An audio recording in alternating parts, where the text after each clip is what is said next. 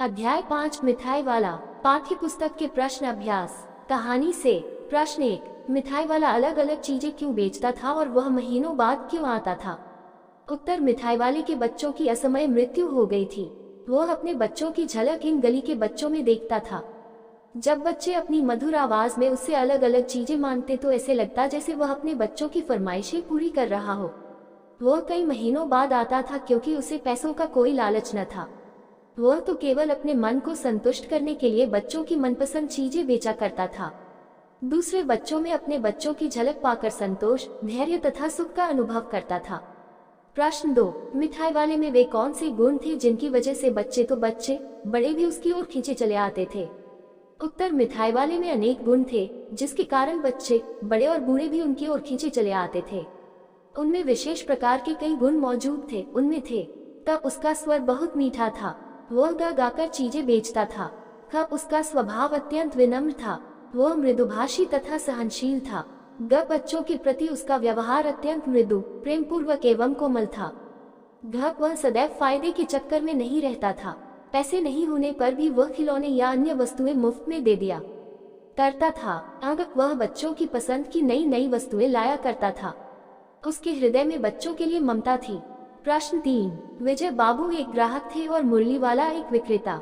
दोनों अपने अपने पक्ष के समर्थन में क्या तर्क पेश करते हैं?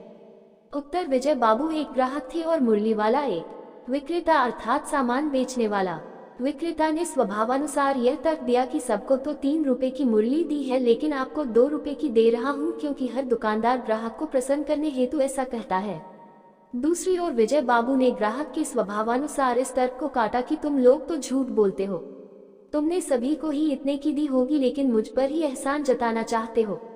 वास्तव में किसी भी चीज के मोल भाव करने के समय ऐसा संवाद क्रेता और विक्रेता के मध्य हो ही जाता है।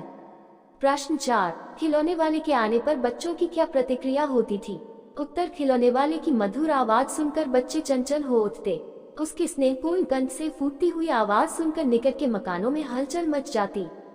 छोटे छोटे बच्चों को अपनी गोद में लिए स्त्रियां भी चिकों को उठाकर छज्जों पर से नीचे झांकने लगती। गलियों तथा उनके भीतर स्थित छोटे छोटे उद्यानों में खेलते और इठलाते हुए बच्चों का समूह उसे घेर लेता और तब वह खिलौने वाला अपनी खिलौनों की पेटी वहीं खोल देता। प्रश्न 5, रोहिणी को मुरली वाले के स्वर से खिलौने वाले का स्मरण क्यों हो आया? उत्तर, रोहिणी को मुरली वाले के स्वर से खिलौने वाले का स्मरण हो आया क्योंकि वह आवाज जानी पहचानी थी। खिलौने वाला भी इसी प्रकार मधुर कंठ से गाकर खिलौने बेचा करता था। मुरली वाला भी ठीक वैसे ही मधुर आवाज में गा गाकर मुरलियां बेच रहा था। प्रश्न 6, किसकी बात सुनकर मिठाई वाला भावुक हो गया था? उसने इन व्यवसायों को अपनाने का क्या कारण बताया? उत्तर, दादी माँ की बात सुनकर मिठाई वाला भावुक हो गया था। उसने इन व्यवसायों को अपनाने का कारण यह बताया कि बच्चों को प्रसन्न देखकर मेरा हृदय प्रसन्न हो जाता है। इससे मुझे संतोष, धैर्य व असीम सुख की प्राप्ति होती है। इन बच्चों में मुझे अपने बच्चों की ही झलक नजर आती है। ऐसा प्रतीत होता है कि इन्हीं बच्चों के रूप में ही उन्होंने जन्म लिया होगा। प्रश्न 7, अब इस बार ये पैसे न लूंगा। कहानी के अंत में मिठाई वाले ने ऐसा क्यों कहा? उत्तर, दादी और रोहिणी से बातें करते हुए मिठाई वाला भावुक हो उठा। उसने उन्हें बताया कि उसका भी घर परिवार था, बाल बच्चे व सुंदर पत्नी थी। वह स्वयं भी प्रतिष्ठित व्यक्ति था, लेकिन अब उसके पास कुछ नहीं रहा। इसलिए अपने उन बच्चों की खोज में निकलता हूँ और इन्हीं बच्चों में मुझे उनकी झलक नजर आती है तो संतुष्ट हो जाता हूँ। उसी समय रोहिणी के बच्चे चुन्नू मुन्नू आकर मिठाई मांगने लगते हैं। वह दोनों को मिठाई से भरी एक एक पुड़िया देता है। रोहिणी पैसे देती है तो उसका यह कहना, अब इस बार ये पैसे न लूंगा, इस बात को दर्शाता है कि उसका मन भर आया और वे बच्चे उसे अपने बच्चे ही लगे। प्रश्न 8, इस कहानी में रोहिणी चिक के पीछे से बात करती है। क्या आज भी औरतें चिक के पीछे से बात करती हैं? यदि करती है तो क्यों? आपकी राय में क्या यह सही है? उत्तर, आज प्रायः औरतें चिक के पीछे से बातें नहीं करती। हाँ, कुछ मुस्लिम परिवारों, ग्रामीण क्षेत्रों, पिछड़े इलाके में औरतें पर्दे या चिक के पीछे आज भी बातें करती हैं। अपरिचित पुरुषों, गांव घर के बुजुर्गों से बातें करते समय ये पर्दा कर लेती हैं। ऐसे में वे चिक के पीछे से बात करने को मजबूर होती हैं। हमारी राय में यह पूर्णतया गलत है, क्योंकि स्त्री पुरुष दोनों समाज के आधार हैं। दोनों को समान अधिकार मिलना चाहिए। कहानी से आगे। प्रश्न 1, मिठाई वाले के परिवार के साथ क्या हुआ होगा? सोचिए और इस आधार पर एक और कहानी बनाइए। उत्तर, मिठाई वाले का परिवार अवश्य ही किसी दुर्घटना का शिकार हुआ होगा। मिठाई वाले का परिवार कहीं जा रहा होगा और किसी दुर्घटना में उसकी पत्नी एवं बच्चे की मृत्यु हुई होगी। कहानी, एक गांव में एक मिठाई वाले की दुकान थी। तरह तरह की वह भी मिठाइयाँ बेचा करता था। दुकान के साथ ही उसका घर था। लोग बड़े शौक से मिठाइयाँ खाते थे। दूर दूर से लोग वहां आकर उसकी मिठाइयाँ खरीदा करते थे। उसके भी 2 बच्चे थे। उसकी पत्नी सुंदर थी। एक हंसती खेलता परिवार था। शहर में उसका मान था। आलीशान घर था। व्यवसाय फल फूल रहा था। एक बार की बात है कि उसके नगर में महामारी फैली। इस शहर में इस महामारी के कारण अनेक लोगों की जान चली गई। मिठाई वाले ने भी अपने बच्चे एवं पत्नी को बचाने का काफी प्रयास किया, लेकिन नहीं बचा सका। मिठाई वाले की दुनिया उजड़ गई। वह दुख के सागर में डूब गया। अपने दुख से उबरने के लिए अपने घर को एक अनाथ आश्रम बना दिया। अनाथ बच्चों का वह पालन पोषण किया करता था। उसमें उसे असीम सुख मिलता था। उन बच्चों में उसे अपने बच्चे की झलक देखने को मिलती थी। प्रश्न 2, हाथ मेले, शादी आदि आयोजनों में कौन कौन सी चीजें आपको सबसे ज्यादा आकर्षित करती हैं? उनको सजाने बनाने में किसका हाथ होगा? उन चेहरों के बारे में लिखिए। उत्तर, हाथ मेले, शादी आदि आयोजनों में हमें मिठाइयाँ, गोलगप्पे, चाट पापड़ी, फूड चाट, चीले, छोले भटूरे, सांभर, डोसा, इडली, चाइनीज फूड व इनके अलावा विभिन्न खाद्य पदार्थ आकर्षित करते हैं। उनको बनाने सजाने में विभिन्न पाक कला विशेषज्ञों का हाथ होता है। उन चेहरों के बारे में हम यही कह सकते हैं कि उनके चेहरे पर परिश्रम झलकता है और वे हर कार्य में निपुण दिखाई पड़ते हैं। जैसे समोसे बनाने वाला समोसे बनाने में, सांभर डोसा बनाने वाला सांभर डोसा बनाने में, इडली बनाने वाला इडली बनाने में, आइसक्रीम बनाने वाला आइसक्रीम बनाने में आदि। प्रश्न 3, इस कहानी में मिठाई वाला दूसरों को प्यार और खुशी देकर अपना दुख कम करता है। इस मिजाज की और कहानियाँ, कविताएं ढूंढिए और पढ़िए। उत्तर, पुस्तकालय की मदद से यह कार्य कीजिए। अनुमान और कल्पना। प्रश्न 1, आपकी गलियों में कई अजनबी फेरी वाले आते होंगे। आप उनके बारे में क्या क्या जानते हैं? अगली बार जब आपकी गली में कोई फेरी वाला आए तो उससे बातचीत कर जानने की कोशिश कीजिए। उत्तर, मैं दिल्ली में रहता हूँ।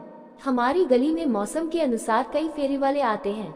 ऐसे ही सर्दियों में एक बार एक कश्मीरी शाले बेचने के लिए आया। माँ ने उसे बिठाया और शाले देखने लगी। मेरे मन में चाह हुई कि यह इतनी दूर से शाले बेचने क्यों आया है। मैंने उससे पूछ ही लिया कि भैया, तुम्हारी कोई दुकान नहीं है?